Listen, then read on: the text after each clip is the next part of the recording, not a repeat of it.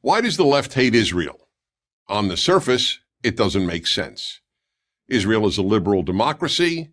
It extends full rights to women, to gays, and to its many Arab citizens. Like all countries, which are made up of flawed human beings, Israel is flawed. But compared to most countries, not to mention its neighbors, it is a civil rights paradise. So why does the left hate Israel? The reason is that the left, and as I always emphasize, I am talking about the left, not about liberals, is not guided by a moral compass. It is guided by three other compasses: a power compass, a race compass, and a class compass. Let's begin with the power compass. Instead of evaluating people and nations on the basis of right and wrong or good and evil, the left evaluates them on the basis of weak and strong. If you're weak, you're good. If you're strong, you're bad. Israel is strong, therefore it is bad. America is strong, therefore it is bad.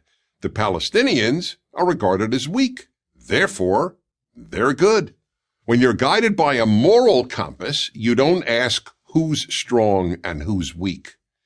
You ask who's morally right and who's morally wrong. 50 years ago, Israel was not a big issue for the left. Why? Because it was perceived as weak. But after the 1967 Six-Day War, in which Israel achieved a stunning military victory, it all changed. Israel became strong, so Israel became bad. And the Palestinians were weak, so they became good. So no matter how much terror Palestinians engaged in, hijacking airplanes, murdering 11 Israeli athletes and coaches at the 1972 Munich Olympics, blowing up Israelis in pizza parlors and at weddings, the left's position never changed. Palestinians good, Israel bad, because the Palestinians were weak and Israel was strong.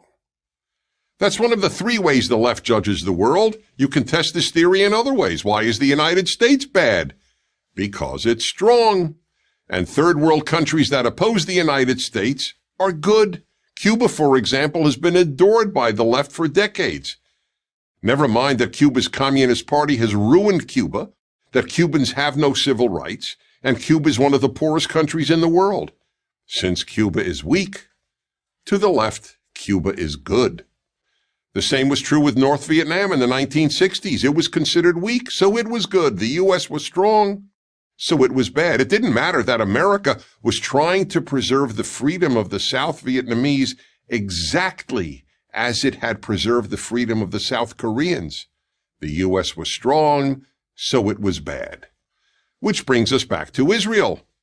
The stronger Israel gets, as it effectively defends itself, as its economy grows, and as its diplomatic position improves, the more the left hates it. The second of the left's compasses, the race compass, is another reason the left hates Israel. Just as it substitutes weak and strong for good and evil, the left substitutes non-white and white for good and evil. The left doesn't judge people by their actions, but by their race. That's why, for example, the left asserts that a black person cannot be a racist. Only a white person can be a racist. And that provides the second reason Israel is labeled evil. Israelis are considered white and Palestinians are not white. Never mind that more than half of Israel's population is not white. The result? The left essentially ignores Palestinian terror and loudly condemns Israel's responses to terror. Now to the left's third compass, the class compass. This is the third way in which the left replaces traditional Western and Judeo-Christian categories of good and evil. Instead of judging people's actions by the same moral yardstick, that of good and evil, the left judges people's actions based on their economic class. Rich people and rich nations are bad, poor people and poor nations are good. This began with Karl Marx, who divided the world by economic class, not moral behavior. To Marx and to Marxism, good and evil is entirely class-based. Good is defined as workers, evil as owners. And that is the third reason for the left's hatred of Israel and of America. They are both wealthy. As fewer and fewer people perceive the world in terms of good and evil, substituting a power, race, or class compass for a moral compass, you will inevitably get more evil and more hatred of the good, beginning with Israel and America and ending with Western civilization.